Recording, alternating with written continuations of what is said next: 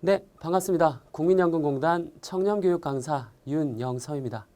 본 강의에서는 청렴한 공직사회, 행복한 대한민국이라는 주제로 청렴의 중요성과 청탁금지법에 대해서 한번 알아보도록 하겠습니다. 강의를 시작하기 전에 여러분들에게 질문 하나 드리겠습니다. 여러분들은 우리나라가 얼마나 청렴하고 얼마나 행복한 나라라고 생각하시나요? 청렴을 측정하는 대표적인 지표인 CPI, 부패인식 지수에 따르면 지난 2017년 한국은 세계 51위를 차지했습니다. 그리고 행복지수는 UN 행복보고서 기준으로 볼 때 2017년 기준 세계 58위를 차지했는데요. 눈여겨볼 만한 사실은 청렴지수와 행복지수 모두 50위권에 머물고 있다는 사실입니다. 다음 표를 보시면 하단의 파란 선은 부패인식지수의 지난 10년간 데이터입니다. 그리고 상단의 선은 지난 10년간 행복지수인데요. 크게 개선되는 측면 없이 4, 50위권을 맴돌고 있습니다. 제가 본 강의에서 강조하고 싶은 사실은 청렴과 행복은 연결되어 있다는 사실입니다. 이게 무슨 말인가? 청렴지수가 높은 국가일수록 국민들의 행복지수도 높다는 사실인데요. 구체적인 데이터를 한번 분석해 보면 행복지수가 높은 국가들, 덴마크, 스위스, 노르웨이, 핀란드 이런 나라들은 평균적으로 부패인식 지수 또한 상대적으로 높습니다. 하지만 반대로 행복지수가 낮고 청렴지수가 낮은 국가들에 보면 공통적으로 그리스, 멕시코, 헝가리 등이 손꼽힙니다. 그 이유는 왜 그런 걸까요? 네, 저는 부패인식 지수의 평가 항목에서 그 답을 찾을 수 있다고 생각합니다. 보시다시피 부패인식 지수 CPI의 평가 항목은 단순히 한 국가의 부패 수준 그리고 공무원의 공적 지위 악용과 남용만 보는 것이 아니라 국민들의 행복과 밀접하게 연결되어 있는 입법, 행정, 사법부의 부패 수준까지도 면밀하게 평가를 내리고 있습니다. 따라서 제가 오늘 강의에서 말씀드리고 싶은 것은 단순히 청탁금지법을 이해하자는 것이 아니라 청렴이란 공직자가 지켜야 될 직무상의 원칙이기도 하지만 국민들의 행복과 밀접하게 연결되어 있다는 사실을 인식하고 청탁금지법을 한번 훑어볼 필요가 있다는 점입니다. 그럼 지금부터 청탁금지법을 한번 들여다보도록 하겠습니다. 자, 청탁금지법이 도입된 지 어느덧 2년이라는 시간이 흘렀습니다. 법 시행 초기만 하더라도 많은 국민들과 이해 당사자들 사이에서는 적지 않은 우려와 그리고 반발이 있었는데요. 하지만 모든 사회제도가 그러하듯 그 이면에는 청렴에 대한 사회적인 관심도 높아진 것이 사실입니다. 그렇다면 청탁금지법은 어떠한 내용을 담고 있는가? 보시다시피 법 제1조에서는 다음과 같은 내용이 명시되어 있습니다. 이 법은 기본적으로 공직자의 부정청탁과 금품수수 행위를 금지함으로써 공직자와 공공기관에 대한 국민들의 신뢰 확보를 목적으로 한다. 그렇습니다. 이 법은 크게 두 가지로 나뉩니다. 부정청탁의 금지와 그리고 금품 등 수수의 금지 이 두 가지인데요. 그렇다면 이 법의 적용 대상은 누구인가? 많은 분들이 궁금해하십니다. 보시다시피 세 분류로 나뉩니다. 공직자 등 그리고 배우자와 공무수행 사인으로 나뉘는데요. 공직자 등은 다음 네 가지 유형으로 구분되어질 수 있습니다. 공무원은 당연히 적용되고요. 그리고 공직유관단체와 공공기관 임직원 그리고 학교법인 언론사의 임직원이 포함이 됩니다. 그리고 이 공무원, 공직자 등의 배우자와 그리고 비록 민간인이긴 하더라도 공공기관에 파견 나와 있는 사람들은 공무수행사인으로서 청탁금지법 적용 대상이 됩니다.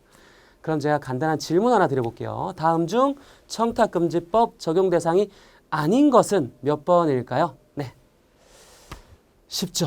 몇 번이냐면 바로 3번입니다. 행정기관 무기계약직. 왜냐? 우리가 알아야 될 건 뭐냐면요.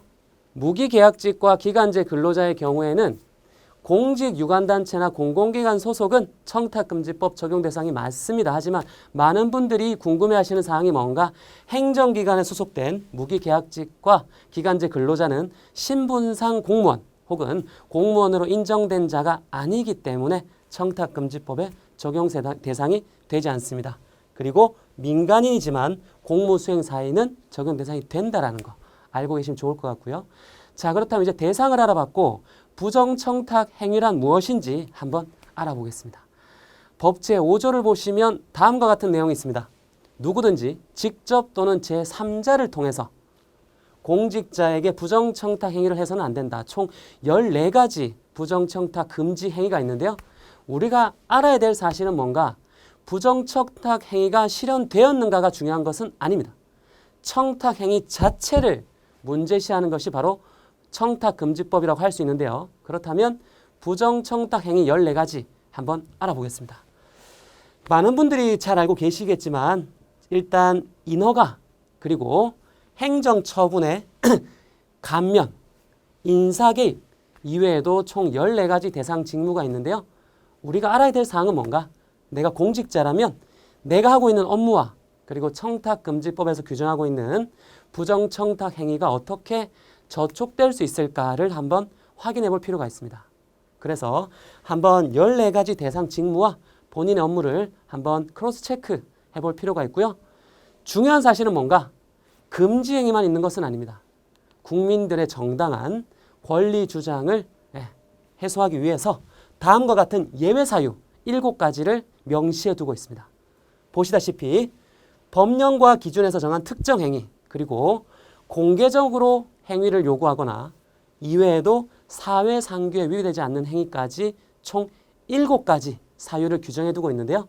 자, 그러면 이 시점에서 우리 또 문제 하나 풀어봐야 되겠죠. 자, 예외 사유에 해당하지 않는 것은 몇 번인가 한번 보시겠습니다.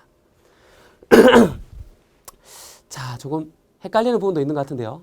보시면 잘 아시겠죠? 정답은 바로 2번입니다. 왜 2번일까요?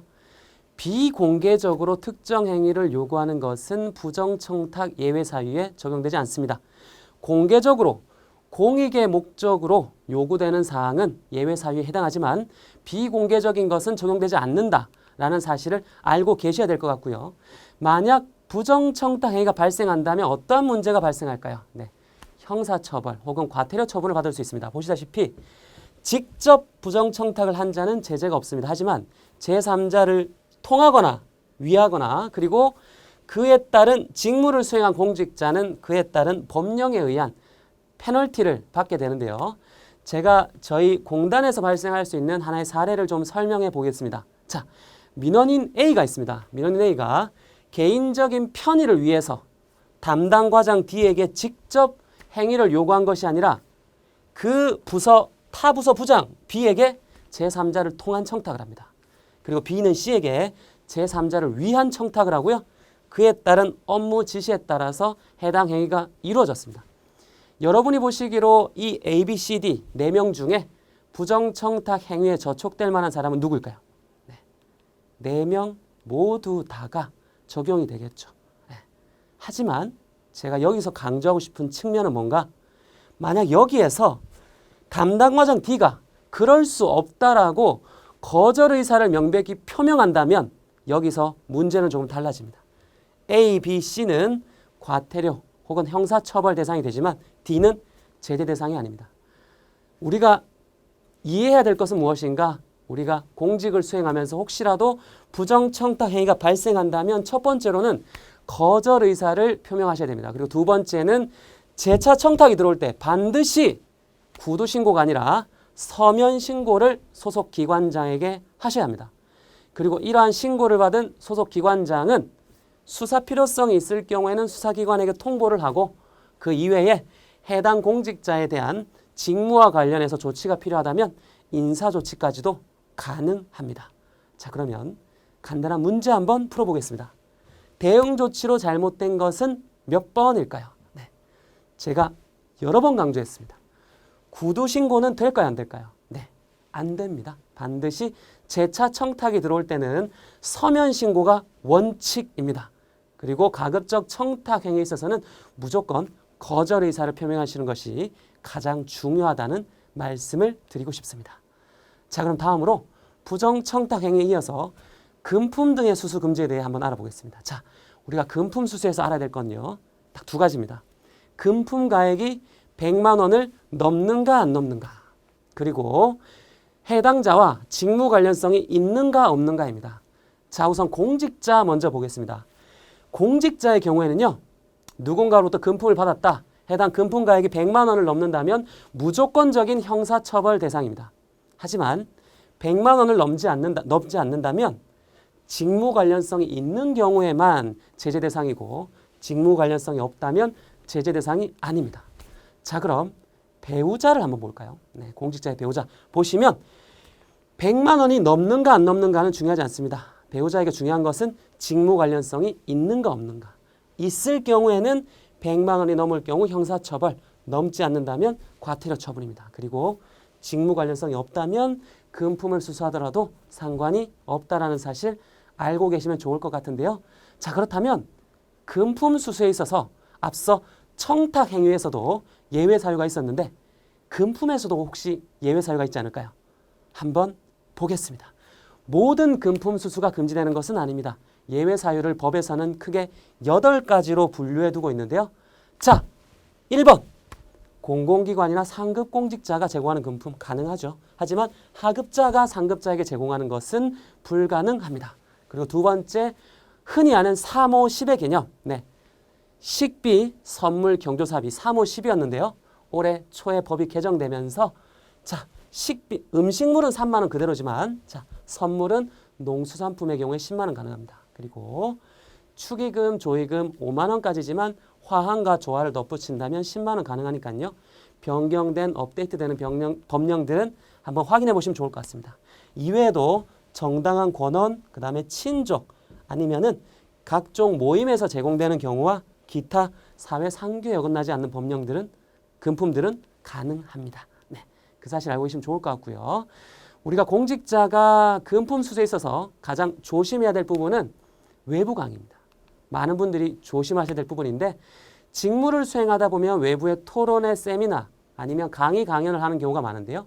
우리가 지켜야 될 원칙은 뭘까? 바로 외부 강의에 있어서 중요한 건 대가를 받든 안 받든 사전 신고가 원칙이라는 사실입니다. 그리고 신고를 못했다면 2일 이내에 사후에라도 신고를 꼭 해야 하는데요.